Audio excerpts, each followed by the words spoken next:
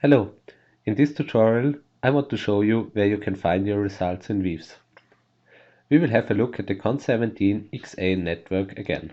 Let's go to File, set input file and load the Con17XA process list.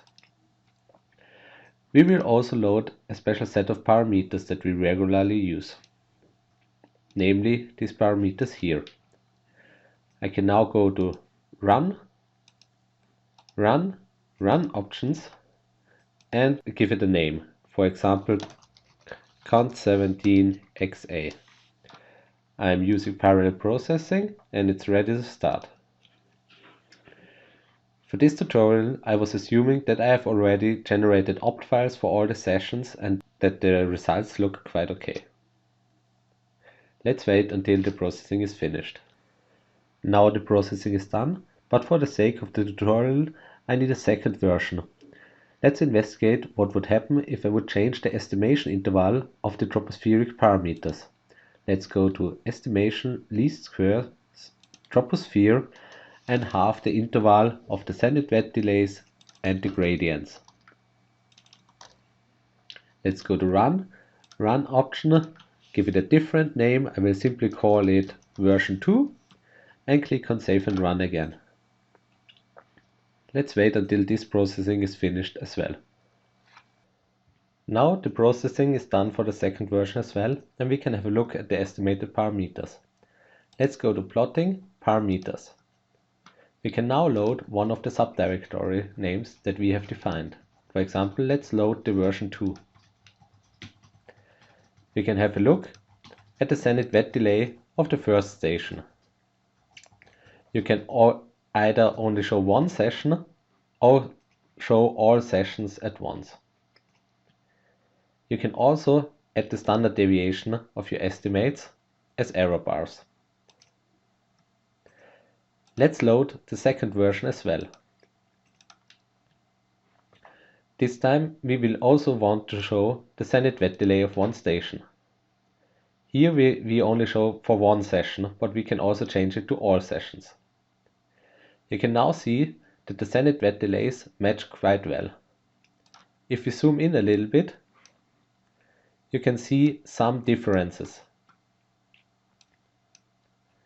First of all, you will see that there are half as many red dots as black dots because the estimation interval is half as long. If we show the error bars and zoom in, you can see the standard deviation of the estimates. You can save these values as a text file by clicking on this button down here. You can give it a name, for example I call it standard wet delay station 1. And now if you look at the VLBI out directory, there should be a text file called standard wet delay station 1. If you open it, you will see that it lists all the values. First it lists the modified Julian date, then the estimated value for the standard wet delay, and then the standard deviation. This is the Con17XA version 2 result. The standard wet delay has the unit centimeter and it was for this antenna. If I scroll down, I will see that at some point it changes to the second subfolder. But we have again plotted standard wet delay for this antenna. So you can use this file and read it into Matlab and make your own plots if you like, or your own investigations. Let's move on to the next way to investigate the results. Next I want to investigate the baseline length repeatabilities of the results. The baseline length repeatabilities are often used in geodetic VLBI to compare results. The lower the repeatabilities are, the better your result is. Let's go to Plotting, Session Analysis, and we will load one of the solutions again. Here you can see the network of all the stations for this session. You can also plot the baseline length repeatability of the session. Every dot here represents one of the baselines. And here you see the baseline length repeatability. We can now also load a second folder and add it to the plot. After loading it, click on Add Network Baseline Length Repeatability, and it will be added as a red line. So you can see the differences. Halving the estimation interval maybe lead to a small improvements for these baselines, but for long baselines it was not really doing any good. If you want to have a look at what baselines these are, you can also print their names. If you zoom in a little bit, it will be easier to read, but this might be handy if in case you have one outlier and you want to detect this. In this window right here, you can also plot the correlation matrix of your solution. You can, for example, have a look at the correlations between the station coordinates, coordinate x, y, and z. Here are all the coordinates for x, y, and z, and you can see the correlations of the parameters. Now let's have a look how you can output the baseline length repeatability into a text file. We will go to Plotting, EUP Baseline Out. Here you can either output the baseline length repeatabilities or also the estimated Earth orientation parameter time series. Let's start with the EUP parameters. We can output the EUPs of one of our subdirectories and simply click on Write EUP data. In our out directory, there should now be an EUP file. If you open this, you will see all the estimated Earth orientation parameters. You have the total estimated values, their a priori values, their estimates, the error of the estimates, as well as corrections for high frequency Earth orientation parameters. Additionally, you can output the baseline length repeatability as well as the baselines. If you enable this checkbox, you will get an output of all the estimated baselines, and if you now click on baseline length repeatability, you should see that there should be two new files appearing in the out directory. The first one is the basel file and the second one is the baseline length repeatability file. Let's first have a look at the baseline length repeatability file. Here you can see the repeatabilities of all the baselines. This is the baseline name, namely the first station name and the second station name. This is a reference time at a modified Julian date. This is the mean baseline length. Here you have the repeatability value and also the weighted baseline length repeatability value. And again, you can read in this file in Matlab and plot their results. If I did check this checkbox down there, then I will also get an output of every baseline individually for every session.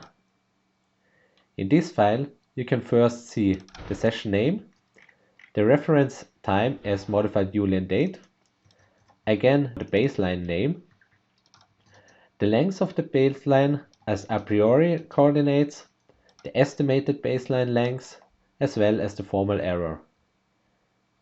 You can use this file again, make the difference between the a priori and the estimated baseline length, and plot the result for every session individually, or do your investigations. However, it is to note that these tools are not that robust in VieVS. Oftentimes you might get an error.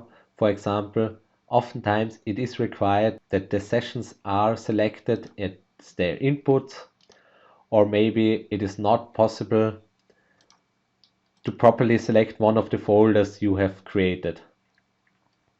In case it's not possible to select a folder, one solution is to either restart VieVS or simply go to File, Reload Folders. Next, let's have a look at Psionics Files. Psionics Files are a standardized way to exchange your results with other groups and other techniques.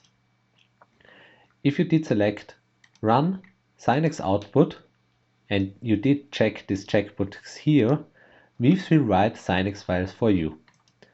You can find these Psionics files under VieVS, VLBI, Data, Psionics, and then your subdirectory name. For example, con17xa version 2, and here are all the Psionics files. You can use these files and exchange it with other techniques or get the estimated parameters from there. Finally, let's have a look at how we can access the estimated parameters directly in Matlab.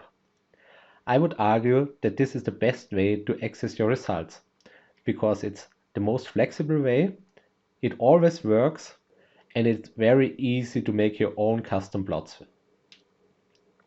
First, let's go back to Matlab. All the estimated parameters in VieVS are stored in one directory, namely in the VLBI data level 3 directory. Here you have the subdirectory name of your result. For example, if you want to have the access to the con17xa version 2 files. And these are all the VieVS internal files. If I scroll down, I can see that there are a lot of x_session name files. And these files store all the estimated parameters.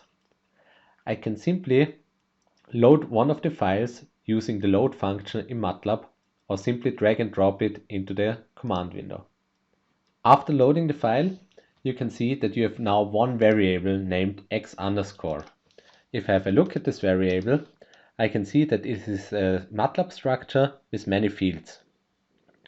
There are, for example, one field units, a couple of fields related to the estimated clock, one field for the Zenith wet delay, fields for the north gradients and east gradients, the Earth orientation parameters, the estimated source positions, the estimated station coordinates, as well as other parameters. For example, this is the chi-square of your solution, the chi-square of the first solution, the WRMS, the number of observations, and the number of scans. You can now have, for example, a look at the units field. Here, it will list all the units of the variables. For example, you can see that the Zenith wet delay is in centimeter. We can now have a look at the estimated parameter values. If we type in x_Zenith wet delay, you will see that the Zenith wet delay itself is again a structure with 13 elements. Why 13 elements? Because we have 13 antennas in the session. You can see the list of the antenna by accessing the antenna name. So the first element corresponds to the BR VLBA antenna, and so on. So if I now want to access the Zenith wet delay of the BR VLBA antenna, I can do so using this code. You can see that the result again is a Matlab structure. Here we have the modified Julian date, namely the reference epoch of the estimated value, then the estimated value itself, and a standard deviation of the estimated value. Let's store them in our own custom variables and plot them in this example. First, let's store the reference epoch in a variable called t. I can type t equals x_ Zenith wet delay of the first station dot the modified union date. Next, I want to store the values as a variable v. I can type this code and access it via x_Zenith wet delay of the first station dot value. And to get the standard deviation, we can use the same idea, but this time simply access the mx field. Now I have all the variables and I can create a new figure and plot an arrow bar plot with T, V and S. If I have a look at my figure, then you can see all the estimated Zenit wet delays of the first station.